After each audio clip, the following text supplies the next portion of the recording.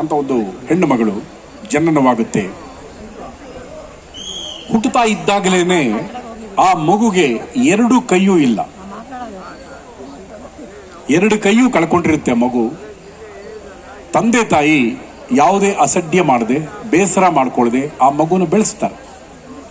ಎರಡು ಕೈ ಇಲ್ಲ ಮಗುಗೆ, ಹೆಣ್ಣು ಮಗು. ತಂದೆ ತಾಯಿ ಧೈರ್ಯವಾಗಿ ದೇವರು ಕೊಟ್ಟ ಪ್ರಸಾದ ಅನ್ನೋ ಭಾವನೆಯನ್ನು ಇಟ್ಕೊಂಡು ಬೆಳೆಸ್ತಾರೆ ಮಗುನ.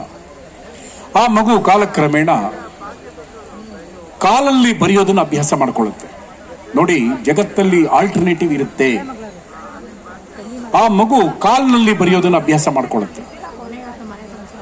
ಕಾಲ್ನಲ್ಲಿ ಪರೀಕ್ಷೆಯನ್ನ ಬರೆದು SLC-ನಲ್ಲಿ ಫಸ್ಟ್ ರ್ಯಾಂಕ್ ಪಡಿತಾಳೆ. ಅವಳಿಗೊಂದು ಆಸೆ ಇತ್ತು, ಪೈಲಟ್ ಆಗಬೇಕೆಂಬ ಆಸೆ. ಅರ್ಜಿ ಹಾಕೋತಾಳೆ, ಸಂದರ್ಶನ ಬರುತ್ತೆ. ಇಂಟರ್ವ್ಯೂ ಬಂದಾಗ ಆಕೆನ ರಿಜೆಕ್ಟ್ ಮಾಡ್ತಾರೆ.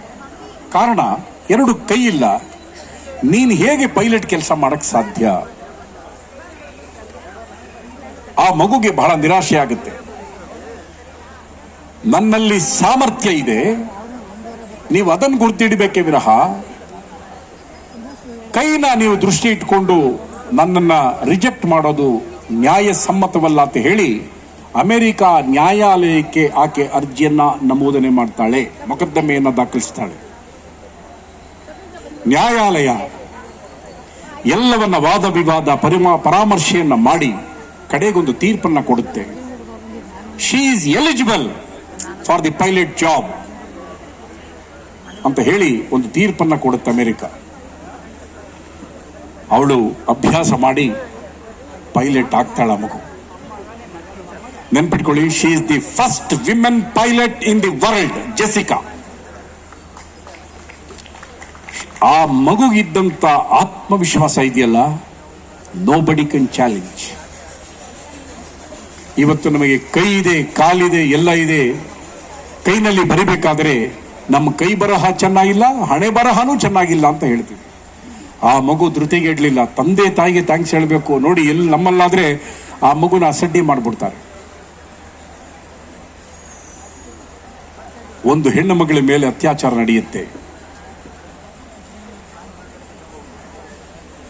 ಆ ಮಗು ಎಷ್ಟು ಸಂಕಟ ಪಟ್ಕೊಂಡು ಹೊರಗಡೆ ಬಂದಿದೆ ಅನ್ನೋದನ್ನ ಆ ಮಗುಗೂ ಮಾತ್ರ ಗೊತ್ತಿರುತ್ತೆ. ಆದ್ರೆ ಮುಂದಾದ ಘಟನೆ ಇದೆಯಲ್ಲ, ನೋವುಂಟು ಮಾಡುತ್ತೆ, ಕರಳಿಗೆ ಬಹಳಷ್ಟು ವೇದನೆಯನ್ನ ಕೊಡುತ್ತೆ. ಆ ಮಗುವಿಂದ ನನ್ನ ಹೆಸರು ಹಾಳಾಗೋಯ್ತು ಅಂತ ಹೇಳಿ ತಾಯಿ ಮತ್ತು ಆ ಒಡ ಹುಟ್ಟಿದಂತ ಅವರ ಸಹೋದರರು, ಆ ಹೆಣ್ಣು ಮಗಳಿಗೆ ಹುಟ್ಟಿದಂತ ಸಹೋದರರು ಆ ಮಗುನ ನಿರ್ದಾಕ್ಷಿಣ್ಯವಾಗಿ ಕೊಲೆ ಮಾಡ್ತಾರೆ, ತಾಯಿ ಸೇರಿಸ್ಕೊಂಡು. ಅಲ್ಲಿ ಜೆಸಿಕಾ ತಂದೆ ತಾಯಿ ಎರಡು ಕೈ ಕಳ್ಕೊಂಡ್ರ ಮಗುನ ಧೈರ್ಯವಾಗಿ ಬೆಳೆಸ್ತಾರೆ. ನಮ್ಮಲ್ಲಿ ನೋವಲ್ಲಿ ಅನುಭವಿಸ್ತಾ ಇರೋಂಥ ಆ ಮಗುಗೆ ಸಾಂತ್ವನ ಹೇಳಬೇಕು, ಧೈರ್ಯ ತುಂಬಬೇಕಾಯ್ತು. ಸಮಾಜದಲ್ಲಿ ಎಲ್ಲವೂ ಕಳ್ಕೊಂಡಿಲ್ಲ ನೀನು ಅನ್ನೋ ಆ ಧೈರ್ಯ ತುಂಬೋದ್ರ ಬದಲು ಆ ಮಗುನ ನಿರ್ದಾಕ್ಷಿಣ್ಯವಾಗಿ ಕೊಲೆ ಮಾಡ್ತಾರೆ. ಎಂಥ ವಿಪರ್ಯಾಸ! ಕುಮಾರಸ್ವಾಮಿ ಲೇಔಟ್ ಅಲ್ಲಿ ಮೊನ್ನೆ ಒಂದು ಘಟನೆ ನಡೆದಿದೆ. ಮಗ ದೀಪಾವಳಿ ಹಬ್ಬದಿಂದ ಪರೀಕ್ಷೆ, ಸ್ಕೂಲಿಗೆ ಹೋಗ್ತಾ ಇರಲಿಲ್ಲ, ಶಾಲೆಗೆ ಹೋಗ್ತಾ ಇರಲಿಲ್ಲ. ಶಾಲೆಯಿಂದ ಅವರಿಗೆ ಸೂಚನೆ ಬರುತ್ತೆ, ನಿಮ್ಮ ಮಗ ಶಾಲೆಗೆ ಬರ್ತಾ ಇಲ್ಲ ಅಂತ ತಂದೆಗೆ. ತಂದೆ ಮಗನ ಕೇಳ್ತಾನೆ, ಏನಕ್ಕಪ್ಪ ಶಾಲೆಗೆ ಹೋಗ್ತಾ ಇಲ್ಲ ನೀನು? ನನಗೆ ಮೊಬೈಲ್ ತಕ್ಕೊಡು, ಹೋಗ್ತೀನಿ. ಒಂದು ಮೊಬೈಲ್ ಕಳ್ಕೊಂಡಿದ್ದ, ಎರಡನೇ ಮೊಬೈಲ್ ಕೇಳ್ದ. ತಂದೆ ಹೇಳಿದ್ರು, ಇಲ್ಲ, ಒಂದು ಕಳ್ಕೊಂಡಿದ್ಯಾ, ಎಕ್ಸಾಮ್ ಹತ್ರ ಬರ್ತಾ ಇದೆ, ಈಗಾಗಲೇ ನವೆಂಬರ್ ಮುಗಿತಾ ಬಂತು, ಇನ್ನು ಉಳಿದಿರೋದು 2 ತಿಂಗಳು, ಆಮೇಲೆ ಪರೀಕ್ಷೆ ಪ್ರಾರಂಭ ಆಗುತ್ತೆ, ಮೊದಲು ಓದು, ಪರೀಕ್ಷೆ ಆದ್ಮೇಲೆ ತೆಕ್ಕೊಡ್ತೀನಿ. ಏನಾದ್ರೂ ತಪ್ಪಿದ್ಯಾ ತಂದೆದು ಹೇಳಿ. ಮಾತಿಗೆ ಮಾತು ಬೆಳೆದು ಬೆಳೆದು ಬೆಳೆದು ಆ ತಂದೆ ಕ್ರಿಕೆಟ್ ಬ್ಯಾಟ್ ಇತ್ತು ಅವ್ರ ಮನೆಯಲ್ಲಿ, ತೆಗೆದು ತಲೆ ಮೇಲೆ ಒಂದು ಹೊಡಿತಾನೆ. ಕೋಪಕ್ಕೆ ಕೋಪ ತಡೆಯಕ್ಕಾಗದೆ ಆ ಮಗ ಕೆಳಗಡೆ ಬೀಳ್ತಾನೆ, ಸ್ಪಾಟಲ್ಲಿ ಸತ್ತೋಗ್ತಾನೆ. ಇದು ಮನೆಯಲ್ಲಿ ನಡೆದಂತ ಘಟನೆ. ತಾಯಿ ಸ್ಥಿತಿ ಯೋಚನೆ ಮಾಡಿ. ಹೊಡೆದಂತ ಗಂಡ ಜೈಲಿಗೆ ಹೋದ, ಪರಪ್ನಗ್ನಾರಕ್ಕೆ ಹೋದ, ಪ್ರೀತಿಯಿಂದ ಬೆಳೆಸಿದ ಮಗನ್ನೂ ಕಳ್ಕೊಂಡು ಆ ತಾಯಿ ವೇದನೆ ಎಷ್ಟು ಜನಕ್ಕೆ ಅರ್ಥ ಆಗುತ್ತೆ? ಕೇವಲ ಒಂದು ಮೊಬೈಲ್ಗೋಸ್ಕರ ಏನೆಲ್ಲ ತೊಂದರೆ ಅನುಭವಿಸ್ತಾರೆ. ಆತ್ಮಹತ್ಯೆ ಮಾಡ್ಕೋತಾ ಇದ್ದಾರೆ ಹೆಣ್ಮಕ್ಕಳು ಕೇವಲ ಮೊಬೈಲ್ಗೋಸ್ಕರ.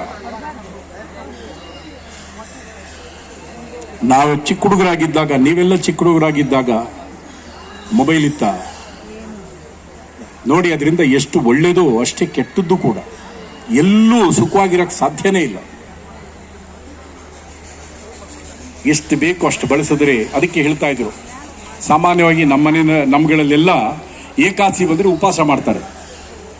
ಕೆಲವರು ನಿಟ್ಟು ಉಪವಾಸ ಮಾಡ್ತಾರೆ, ಕೆಲವರು ರಾತ್ರಿ ಉಪವಾಸ ಮಾಡಿ ಫಲಹಾರವನ್ನು ಊಟದಷ್ಟೇ ಮಾಡ್ಬೋದೇನೋ ನನಗೆ ಗೊತ್ತಿಲ್ಲ, ಉಪವಾಸ ಮಾಡ್ತಾರೆ. ಹಾಗೆ ನಾವು ಯುವಕರೆಲ್ಲ ಸೇರಿ ಒಂದು ದಿವಸ ಉಪವಾಸದ ಥರನೇ ಒಂದು ಸಂಕಲ್ಪ ಮಾಡಬೇಕು. ಇವತ್ತಿನ ದಿವಸ ನಾನು ಒಂದು ದಿವಸ, ತಿಂಗಳಲ್ಲಿ ಒಂದು ದಿವಸ ಮಾತ್ರ ಮೊಬೈಲ್ ಮುಟ್ಟಲ್ಲ, ಟಿವಿ ನೋಡಲ್ಲ. ಶಪಥ ಮಾಡಿದ್ರೆ ಆರೋಗ್ಯವಾಗಿರೋದಕ್ಕೆ ಸಾಧ್ಯವಾಗುತ್ತೆ. ಮಾಡಕ್ಕೆ ಸಾಧ್ಯನಾ ನಮ್ಮ ಕೈನಲ್ಲಿ? ವಿತೌಟ್ ಮೊಬೈಲ್ ಹೆಂಡ್ತಿನ ಬೇಕಾದ್ರೂ ಬಿಡ್ತೀನಿ ಅಂತಾರೆ, ಹೆಂಡ್ತಿ ಗಂಡನ ಬೇಕಾದ್ರೂ ಬಿಡ್ತಾರೆ, ಮಗುನ ಬೇಕಾದ್ರೂ ಬಿಡ್ತಾರೆ, ಮೊಬೈಲ್ ಬಿಡಲ್ಲ. ಒಂದು ತಾಯಿ ಒಂದು ಮನೆಯಲ್ಲಿ ಚಿಕ್ಕ ಮಗು ಇದೆ, ಅವ್ರ ಮನೆಯಲ್ಲಿ ಒಂದು ಆಯಾನ ಇಟ್ಕೊಂಡಿರ್ತಾರೆ ಮಗುನ ನೋಡ್ಕೊಳ್ಳಕ್ಕೆ. ಪಾಪ ಇವರು ನೋಡ್ಕೊಳ್ಳಕ್ಕೆ ಸಮಯ ಇಲ್ಲ. ಈ ಅಮ್ಮ ಕೆಲ್ಸಕ್ಕೆ ಹೋಗ್ಬೇಕಾದ್ರೆ ಅವ್ರ ಆಭರಣ ಎಲ್ಲ ಬೀರಲ್ಲಿ ಇರುತ್ತಲ್ವಾ, ಎಲ್ಲ ಬೀಗ ಹಾಕ್ಬಿಟ್ಟು, ರೂಮ್ ಬೀಗ ಹಾಕ್ಬಿಟ್ಟು ಹೋಗ್ತಾರೆ. ಆ ಅಮ್ಮ ಹೋಗ್ತಾಳೆ. ಸಾಯಂಕಾಲ ಬರ್ತಾಗ ಮಗು ಪ್ರಶ್ನೆ ಕೇಳುತ್ತೆ. ನೋಡಿ ಎಂತ ಅದ್ಭುತ ಮಗು, ಚಿಕ್ಕ ಮಗು ಎಂತ ಬ್ಯೂಟಿಫುಲ್ ಪ್ರಶ್ನೆ ಕೇಳುತ್ತೆ. ಅಮ್ಮ, ಆಭರಣ ನಿರ್ಜೀವವಾದ ವಸ್ತು, ಅದನ್ನ ರೂಮಲ್ಲಿ ಭದ್ರ ಮಾಡಿ ಬೀರೂಲಿಟ್ಟು ಬೀಗ ಹಾಕಿ ಆ ರೂಮ್ ಬೀಗಾನೂ ಹಾಕ್ತೀಯ, ನನ್ನನ್ನು ಆಯಾ ಕೈಯಲ್ಲಿ ಕೊಟ್ಬಿಟ್ಟು ಹೋಗ್ತೀಯ. ಒಂದು ವೇಳೆ ವ್ಯತ್ಯಾಸ ಆದ್ರೆ ಏನಮ್ಮ ಗತಿ ಅಂದ್ರೆ ಅದು ಸಿಗಲ್ಲ ಮಗು ಆಭರಣ. ಯಾವ ಮಟ್ಟದಲ್ಲಿದ್ದೀವಿ ನೋಡಿ. ನಿರ್ಜೀವವಾದ ವಸ್ತುಗೆ ಎಷ್ಟು ಮಾರು ಹೋಗ್ತಾ ಇದ್ದೀವಿ. ಆ ಮಗುನ ಆಯಾ ಹತ್ರ ಬೆಳೆಸ್ತಾರೆ. ನಾಳೆ ಆ ಮಗು ದೊಡ್ಡದಾದ್ಮೇಲೆ ಇವರ ತಾಯಿನ ಅಮ್ಮ ಅಂತ ಕರೆಯಲ್ಲ, ಆಯಾನೇ ಅಮ್ಮ ಅಂತ ಕರೆಯುತ್ತೆ. ಇದಕ್ಕೆ ಕಾರಣ ಯಾರು? ನಾವೇ ತಾನೆ. ನೋಡಿ, ಇಂಥ ಘಟನೆಗಳು, ನೂರಾರು ಘಟನೆಗಳು ನನ್ನ ತಲೆಯಲ್ಲಿ ಹೋಗ್ತಾ ಇರುತ್ತೆ.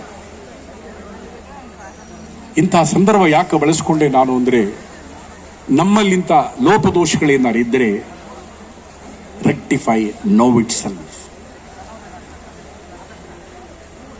ಬುದ್ಧ, ಅವನ ಹಿಂದಿನ ಹೆಸರು, ಬುದ್ಧನ ಹೆಸರು ಸಿದ್ಧಾರ್ಥ. ನಿಮಗೆಲ್ಲ ಗೊತ್ತಿದೆ, ಬುದ್ಧನ ಹೆಸರು ಸಿದ್ಧಾರ್ಥ. ಅಂದು ಸಿದ್ಧಾರ್ಥ ಮನೆಯನ್ನು ಬಿಟ್ಟು ಹೊರಟ, ಅಂದು ಸಿದ್ಧಾರ್ಥ ಮನೆಯನ್ನು ಬಿಟ್ಟು ಹೊರಟ ಮನಃಶಾಂತಿಗಾಗಿ, ಅಂದು ಸಿದ್ಧಾರ್ಥ ಮನೆಯನ್ನು ಬಿಟ್ಟು ಹೊರಟ ಮನಃಶಾಂತಿಗಾಗಿ, ಇಂದು ಸಿದ್ಧಾರ್ಥ ಮನೆ ಬಿಟ್ಟು ಹೊರಟ ಪಕ್ಕದ ಮನೆ ಶಾಂತಿಗಾಗಿ. ನೋಡಿ, ಎರಡೂ ಶಾಂತಿನೇ. ಎಂಥ ವ್ಯತ್ಯಾಸ. ಈ ಸಿದ್ಧಾರ್ಥನಿಗೆ ಪಕ್ಕದ ಮನೆ ಶಾಂತಿ ಬೇಕು. ಬುದ್ಧ ಅಶೋಕ ಚಕ್ರವರ್ತಿ ಎಲ್ಲವನ್ನ ಗೆದ್ದಿದ್ದ, ಸಂಪೂರ್ಣವಾಗಿ ಗೆದ್ಕೊಂಡು ಬಂದಿದ್ದ. ಮಂತ್ರಿಯನ್ನ ಕರೆದ, ಎಲ್ಲ ನಾವು ಈಗಾಗಲೇ ವಶಪಡಿಸಿಕೊಂಡಿದ್ದೇವೆ, ಬನ್ನಿ ನೋಡ್ಕೊಂಬರೋಣ ಯುದ್ಧ ಭೂಮಿ ಆಗಿದೆ ಅಂತ. ಅಲ್ಲಿ ಹೋದಾಗ ಒಂದು ಮುದುಕಿ ಅಳ್ತಾ ನಿಂತಿದ್ಲು. ಅಶೋಕ ಚಕ್ರವರ್ತಿ ಹೇಳ್ದ, ಆ ಮಂತ್ರಿ ಹೇಳ್ದ, ಇವ್ರು ಯಾರು ಗೊತ್ತೇನಮ್ಮ ಅಂತ. ನನಗೆ ಗೊತ್ತಿಲ್ಲ ಸ್ವಾಮಿ. ಜೋರಾಗಿ ಹೇಳ್ತಾ ಇದ್ದಾಳೆ ಪಾಪ. ಆ ಮಂತ್ರಿ ಹೇಳ್ದ, ಇವರೇಮ ಅಶೋಕ ಚಕ್ರವರ್ತಿ, ಈ ಎಲ್ಲರನ್ನು ಗೆದ್ದಿದ್ದಾನೆ ಈ ಮನುಷ್ಯ. ಆ ಮುದುಕಿ ಹೇಳ್ತಾಳೆ, ಯಾವ ಪುರುಷಾರ್ಥಕ್ಕಾಗಿ ಗೆದ್ದ? ಎಷ್ಟೋ ಜನ ಮಕ್ಕಳು ತಂದೆ ತಾಯಿನ ಕಳ್ಕೊಂಡ್ರು ಯುದ್ಧ ಭೂಮಿನಲ್ಲಿ, ಹೆಂಡತಿ ಗಂಡನ್ ಕಳ್ಕೊಂಡ್ರು, ಗಂಡ ಹೆಂಡತಿನ ಕಳ್ಕೊಂಡ, ತಂದೆ ತಾಯಿನೆಲ್ಲ ಕಳ್ಕೊಂಡ. ಈ ಸಮಾಧಿ ಮೇಲೆ ನೀನು ಏನ್ ಮಾಡಿದ್ರೆ ಏನ್ ಪ್ರಯೋಜನ? ಅಶೋಕ ಚಕ್ರವರ್ತಿಗೆ ಕೂಡ್ಲೆ ಜ್ಞಾನೋದಯ ಆಯಿತು. ಯುದ್ಧ ಭೂಮಿಯಿಂದ ನೇರವಾಗಿ ಹೊರಟಿದ್ದೆ ಬುದ್ಧ ಭೂಮಿಗೆ. ನಾವು ಎಲ್ಲವನ್ನ ಗೆಲ್ತೀವಿ ಅಂತ ಹೋಗ್ತೀವಲ್ಲ, ಸಾಧ್ಯ ಇಲ್ಲ. ಯಾರೋ ನಮ್ಮನ್ನು ಎಚ್ಚರಿಸ್ತಾರೆ. ಅಶೋಕ ಚಕ್ರವರ್ತಿ ಎಲ್ಲವನ್ನ ಗೆದ್ದಂತ ಪುಣ್ಯಾತ್ಮ ಕೊನೆಗೆ ಬುದ್ಧನ ಜೊತೆಗೆ ಹೋಗ್ತಾನೆ. ಆ ಬುದ್ಧನ ಒಂದೊಂದು ವಿಚಾರ ಕೂಡ ನಮಗೆ ಬಹಳ ಆಪ್ಯಮಾನವಾಗಿರುತ್ತೆ. ನಾವು ಕೂಡ ಒಳ್ಳೆಯದನ್ನ ಕೇಳಿಸ್ಕೊಂಡಾಗ, ಒಳ್ಳೆಯದನ್ನ ಮಾಡಿದಾಗ, ಸಮಾಜಕ್ಕೆ ನಮ್ದು ಏನಾದ್ರು ಕೊಡುಗೆ ಕೊಟ್ಟಾಗ ಈ ಬದುಕಿಗೆ ಒಂದು ಅರ್ಥ ಸತ್ವ ಎಲ್ಲ ಸಿಗಕ್ಕೆ ಸಾಧ್ಯ. ದಯಮಾಡಿ ಇಂಥ ವಿಚಾರಗಳು ನಿಮ್ಮಲ್ಲೂ ಬೇಕಾದಷ್ಟು ಜನಕ್ಕೆ ಇದೆಲ್ಲ ಗೊತ್ತಿರುತ್ತೆ, ಹಂಚಿಕೊಳ್ಳಿ. 4 ಜನಕ್ಕೆ ಜ್ಞಾನವನ್ನು ಹಂಚಿಕೊಳ್ಳಿ, ಎಷ್ಟೋ ಒಳ್ಳೆಯದದು. ಏನು ತೆಗೆದುಕೊಂಡು ಹೋಗಲ್ಲ. ಬಂದಿರೋದು ಎಷ್ಟು ಸತ್ಯವೋ ಅಲ್ಲಿ ಸೇರೋದು ಅಷ್ಟೇ ಸತ್ಯ. ಬಂದು ಸೇರುವ ಮುನ್ನ ಏನನ್ನಾದರೂ ಕೊಡುಗೆಯನ್ನು ಬಿಟ್ಟು ಹೋಗು, ನಿನ್ನ ಅಸ್ತಿತ್ವವನ್ನು ಬಿಟ್ಟು ಹೋಗು. ಸಮಾಜ ಒಂದು ಸ್ವಲ್ಪ ದಿನ ನಿನ್ನನ್ನು ನೆನೆಯುತ್ತದೆ. ಇದು ದೊಡ್ಡ ಕವಿವಾಣಿ. ನಮ್ಮ ಕೈಲಿ ಏನಾಗುತ್ತೆ ಸಣ್ಣದು. ಈಗ ನೋಡಿ, ಇವರೆಲ್ಲ ಪೇಪರ್ ಬ್ಯಾಗ್ ಮಾಡಿದ್ರು, ಅದನ್ನ ನೀವು ಕೂಡ ಪ್ರಯತ್ನ ಮಾಡಿ. ಅದಕ್ಕೆ ಅವ್ರಿಗೆ ಹೇಳಿದ್ದೀನಿ, ಒಂದು ವರ್ಕ್ಶಾಪ್ ತರ ಮಾಡಿ, ಅವ್ರನ್ನೆಲ್ಲ ಕರೆಸಿ, ಆಸಕ್ತಿ ಇರೋರು ಬರಲಿ, ಕಲ್ತ್ಕೊಳ್ಳಿ. ಅವಾಗ ಏನಾಗುತ್ತೆ, 4 ನೀವು ಒಂದು 100 ಜನಕ್ಕೆ ಕೊಟ್ಟರೆ ಎಷ್ಟು ಅನುಕೂಲ. ಇವಾಗೆಲ್ಲ ಮುಂಚೆ ಆದರೆ ಗಾಡಿ ಮೇಲೆ ಕೂಗೋರು, ಈಗೆಲ್ಲ ಮೈಕ್ರೋಫೋನ್ ಇಟ್ಕೊಂಡ್ಬಿಟ್ಟಿದ್ದಾರೆ, ಆರಾಮಾಗಿ ಕೂತ್ಕೊಂಡು ಹೋಗ್ತಾ ಇರ್ತಾರೆ. ಎಲ್ಲ ಬದಲಾವಣೆ, ಸೈನ್ಸ್ ಡೆವಲಪ್ ಆಗ್ತಾ ಇದೆ. ಏನೇ ಆದರೂ ಕೂಡ where science and spirituality begin ಅಂತ. ವಿಜ್ಞಾನ ಏನೇ ಮುಂದೆ ಬಂದಿದ್ರೂ ಕೂಡ ದೇವರ ಮೊರೆ ಹೋಗಲೇಬೇಕು, ಹೋಗುತ್ತೆ. ಈ ಭವ್ಯ ಭಾರತ, ಈ ಪುಣ್ಯ ಭೂಮಿ, ಇದು ಕಲಿಯುಗ ಅಂತ ಕರೆಯೋಕೆ ಕಾರಣ ಏನು ಅಂದ್ರೆ, ಕಲಿಯುವಂತ ಯುಗ. ಚೆನ್ನಾಗಿ ಕಲಿ. ಇಲ್ಲಿ ಕಲಿತಾ ಇರೋ, ಇಲ್ಲಿ ಕಲಿಯೋಕೆ ಕಲಿಯುಗ. ಇದನ್ನೆಲ್ಲ ನೀವು ಅರ್ಥ ಮಾಡ್ಕೊಳ್ಳಿ. ಆ ದೇವರ ದರ್ಶನ ಮಾಡುವಾಗ ನಮ್ಮ ಸ್ವಾರ್ಥಕ್ಕೆ ನಾವೇನು ಕೇಳೋದು ಬೇಡ, ಸಮಾಜದ ಒಳಿತಿಗಾಗಿ ಏನಾದ್ರು ಕೇಳೋಣ. ಒಳ್ಳೇದಾಗಲಿ, ಎಲ್ರಿಗೂ ಒಳ್ಳೇದಾಗಲಿ. ನಮ್ಮ ಮಕ್ಕಳಿಗೆ ಆರೋಗ್ಯ ಎಲ್ಲ ಸುಧಾರಣೆ ಆಗಲಿ, ಎಲ್ರಿಗೂ ಆರೋಗ್ಯ ಚೆನ್ನಾಗಾಗಲಿ. ಚೆನ್ನಾಗಿ ಒಳ್ಳೆ ವ್ಯಾಯಾಮ, ಸಣ್ಣ ಪುಟ್ಟ ವ್ಯಾಯಾಮ ಮಾಡಿ. ಅತಿಯಾದ ವ್ಯಾಯಾಮ, ಕಾಯಿಲೆ ಬಂದ ಮೇಲೆ ವ್ಯಾಯಾಮ ಮಾಡೋದಕ್ಕಿಂತ ಮುಂಚೆ, ಬರೋದಕ್ಕಿಂತ ಮುಂಚೆ ಸ್ವಲ್ಪ ಒಳ್ಳೊಳ್ಳೆ ಕೆಲಸವನ್ನ ನೀವು ಮಾಡ್ತಾ ಇದ್ರೆ, ಒಳ್ಳೆ ವ್ಯಾಯಾಮ, ಸಣ್ಣ ಪುಟ್ಟ ನಡ್ಕೊಂಡು ಹೋಗಿ ಎಲ್ಲದಕ್ಕೆ ಕೊತ್ತಂಬರಿ ಸೊಪ್ಪು ಬೇಕಾದರೂ ಕೂಡ ನಾವು ಸ್ಕೂಟರ್ ಬಳಸುವಂತ ಮಟ್ಟಕ್ಕೆ ಬಂದ್ಬಿಟ್ಟಿದ್ದೀವಿ. ಇದನ್ನೆಲ್ಲ ನಾವು ಅವಾಯ್ಡ್ ಮಾಡಿದ್ರೆ ಆರೋಗ್ಯ ಇದೆಯಲ್ಲ ಅದೇ ದೊಡ್ಡದು. ದೇವಸ್ಥಾನಕ್ಕೆ ಬರ್ಬೇಕಾದ್ರೆ ನಡ್ಕೊಂಡ್ ಬರ್ಬೇಕು, ಸ್ಕೂಟ್ರಲ್ಲಿ ಬಂತೀವಿ, ನಮಸ್ಕಾರ ಮಾಡ್ಬಿಟ್ಟು ಹೊಟ್ಟೋಗ್ತೀವಿ. ಅವನಿಗೂ ಟೈಮ್, ನಮಗೂ ಟೈಮ್ ಇಲ್ಲ ಪಾಪ ಅವ್ರಿಗೆ ನಮಸ್ಕಾರ ಮಾಡಕ್ಕೆ. ಇದರಿಂದ ಚೆನ್ನಾಗಿ ದೇಹನ ಚೆನ್ನಾಗಿಟ್ಕೊಳ್ಳಿ, ಆರೋಗ್ಯ ಚೆನ್ನಾಗಿಟ್ಕೊಳ್ಳಿ. ಅದಕ್ಕಿನ್ನ ದೊಡ್ಡ ಆಸ್ತಿ ಮತ್ತೊಂದಿಲ್ಲ. ಮಕ್ಕಳನ್ನ ಒಳ್ಳೆ ರೀತಿಯಲ್ಲಿ ಬೆಳೆಸಿ, ಒಳ್ಳೆ ಜನಗಳ ಜೊತೆ ಸೇರಿಸಿ. ನೀವು ಅಷ್ಟೇ ಟಿವಿ ಸೀರಿಯಲ್ ತುಂಬಾ ನೋಡಕ್ ಹೋಗ್ಬೇಡಿ.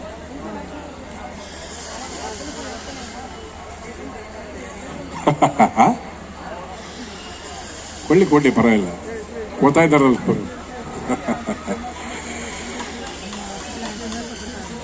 ತುಂಬಾ ಹೆಚ್ಚು ಗಮನ ಆರೋಗ್ಯದ ಕಡೆ ಕೊಡಿ. ನಿಮಗೆ ಲಭ್ಯವಾಗಬೇಕು ಅಂತ ಇರೋದು ನಿಮಗೆ ಲಭ್ಯ ಆಗೇ ಆಗುತ್ತೆ. ನೀವು ಎಲ್ಲಿದ್ರೂ ಬಿಡಲ್ಲ, ಹೇಳ್ಕೊಂಡು ಹೋಗುತ್ತೆ.